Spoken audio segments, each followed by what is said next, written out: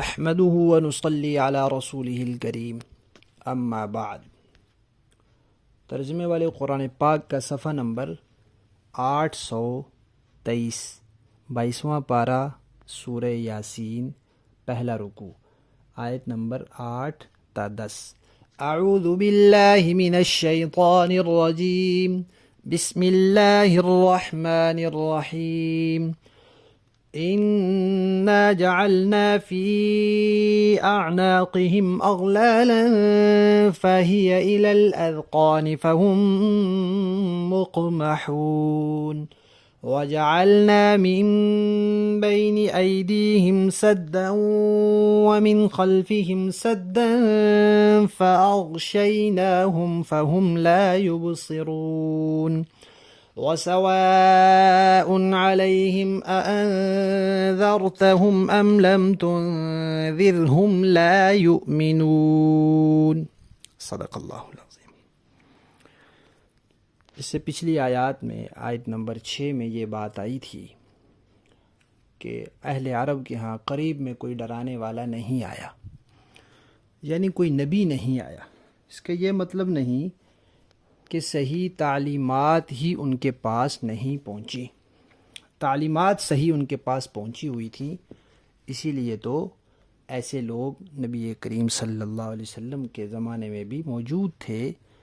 جو پہلی کتابوں کی تعلیمات کی روشنی میں عقیدے، توحید، قیامت اور رسالت پر قائم تھے۔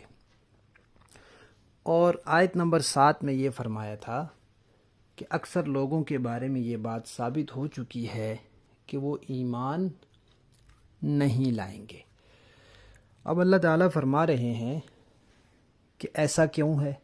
اہل عرب بہت سے ایمان کیوں نہیں لائیں گے، اس کی وجہ کیا ہے؟ تو فرمایا اس لیے کہ ان کے اندر تکبر ہے، ان کے اندر ضد ہے، ہٹ درمی ہے، عناد ہے۔ تو جو ضدی انسان ہوتا ہے وہ یہ طے کر لیتا ہے کہ میں نے نہیں ماننا، چاہے جو مرضی ہو جائے، جتنے مرضی معجزات دکھا لیں، جیسے مرضی دلائل پیش کر لیں، ہمارے ہر اعتراض کا اچھے سے اچھا جواب دے دیں، ہم نے تو ماننا ہی نہیں ہے۔ ماننا تک وہ سننے کے لیے تیار نہیں ہوتے تھے، کہتے تھے کانوں میں انگلیاں ڈال لو جب قرآن پڑھا جائے، کہیں ایسے نہ ہو کہ کوئی بات تمہاری سمجھ میں آ جائے اور تم اس کو مان لو۔ تو اللہ تعالیٰ نے فرمایا کہ جو ایسے ضدی لوگ ہوں، جنہوں نے ضد لگا رکھی ہو کہ ہم نے ماننا ہی نہیں ہے، تو پھر بھلا وہ کیسے ایمان لائیں گے؟ تو ان کے تکبر کو اللہ تعالیٰ نے بیان کیا ہے کہ ایسے سمجھو کہ کسی کے گلے میں طوق ہو، اور وہ طوق نے اس کے گلے کو اتنا گھیرا ہوا ہو کہ تھوڑی تک آ گیا ہو اور اس کا منہ اوپر کو اٹھ گیا ہو۔ اب جب منہ اوپر کو اٹھ جاتا ہے پھر انسان نیچے دیکھ ہی نہیں سکتا اور نیچے اس کو راستہ نظر ہی نہیں آتا۔ تو فرمایا ان کی یہ مثال ہے، تکبر اور ضد کی وجہ سے ان کی گردنیں اکڑ گئی ہیں اور یہ اب اوپر ہی اوپر دیکھتے ہیں، نیچے دیکھیں تو ان کو راستہ نظر آئے، یہ کوئی بات سمجھنے کی کوشش کریں تو ان کو سمجھ میں آئے، ماننے والے بنے تو ان کا فائدہ ہو۔ پھر فرمایا اور ان کی مثال ایسے سمجھو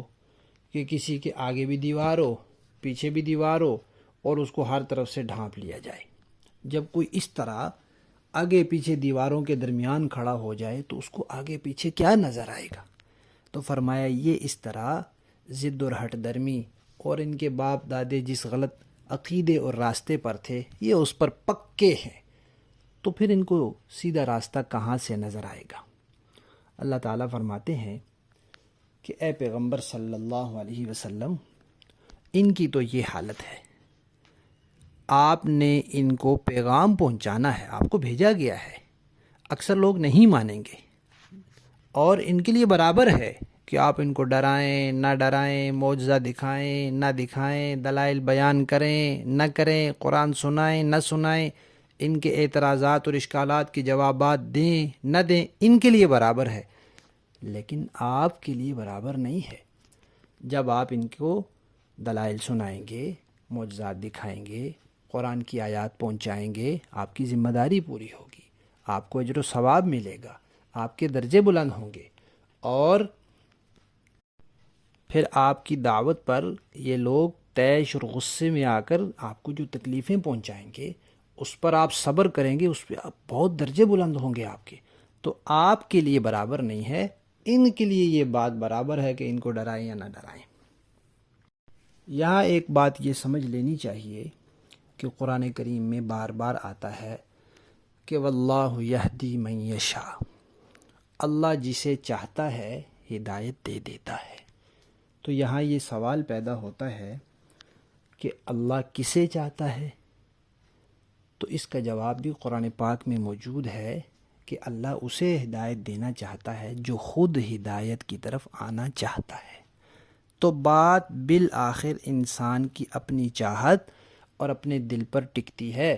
کہ جو انسان ضد، تکبر اور عناد نہیں اپناتا، بات آتی ہے اس کو سمجھنے کی کوشش کرتا ہے، انصاف کی نظر سے دیکھتا ہے، انصاف سے فیصلہ کرتا ہے، تو اللہ تعالیٰ بھی اس کو حق تک پہنچا دیتے ہیں، سیدھے راستے پر پہنچا دیتے ہیں۔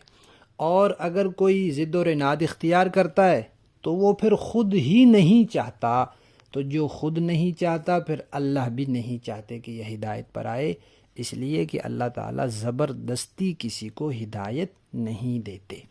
لفظی معنی دیکھیے، انا بے شک ہم نے، جعلنا بنا دیے، ڈال دیے، فی اعناقہم، فی کا معنی ہوتا ہے میں، اعناق عنق کی جمع ہے، عنق کہتے ہیں گردن کو، اعناقہم ان کی گردنوں میں، اغلالن توق، ہم نے گویا کہ ایسے سمجھو کہ ہم نے ان کی گلوں میں توق ڈال دیے۔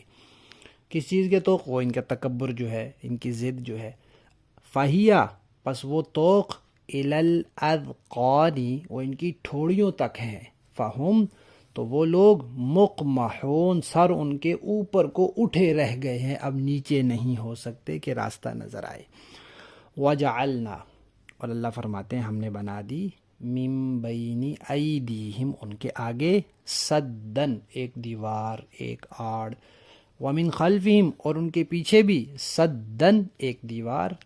فاغشیناہم تو اس طرح ہم نے ان کو ہر طرف سے ڈھانپ دیا، فہم لا یبصرون اب وہ دیکھ ہی نہیں سکتے۔ وسواء اور اے پیغمبر برابر ہے، علیہم ان کے لیے، اانذرتہم آپ ان کو ڈرائیں، ام یا پھر لم تنذرہم آپ ان کو نہ ڈرائیں،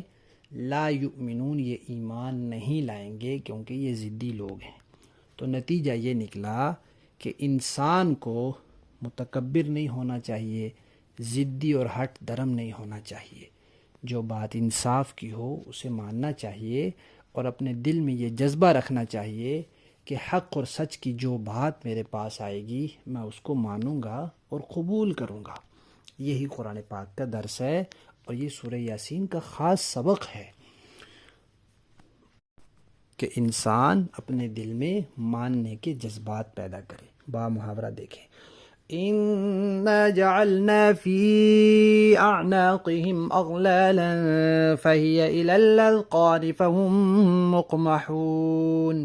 ہم نے ان کے گلوں میں توق ڈال رکھے ہیں جو ٹھوڑیوں تک پہنچے ہوئے ہیں، اور اس وجہ سے ان کے سر اوپر کو اٹھے رہ گئے ہیں۔ وَجَعَلْنَا مِن بَيْنِ أَيْدِيهِمْ سَدًّا وَمِن خَلْفِهِمْ سَدًّا فَأَغْشَيْنَاهُمْ فَهُمْ لَا يُبْصِرُونَ اور ہم نے ایک آڑ ان کے آگے کھڑی کر دی ہے اور ایک آڑ ان کے پیچھے کھڑی کر دی ہے، اور اس طرح انہیں ہر طرف سے ڈھانک لیا ہے، جس کے نتیجے میں انہیں کچھ سجھائی نہیں دیتا۔ وَسَوَاءٌ عَلَيْهِمْ أَأَنذَرْتَهُمْ أَمْ لَمْ تُنذِرْهُمْ لَا يُؤْمِنُونَ اور ان کے لیے دونوں باتیں برابر ہیں، چاہے آپ انہیں خبردار کریں یا نہ کریں وہ ایمان نہیں لائیں گے۔ صدق اللہ العظیم۔ اللہ تعالی ہم سب کو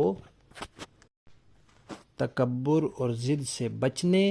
اور اپنے دل میں صحیح بات کو ماننے کا جذبہ پیدا کرنے کی توفیق عطا فرمائے، آمین۔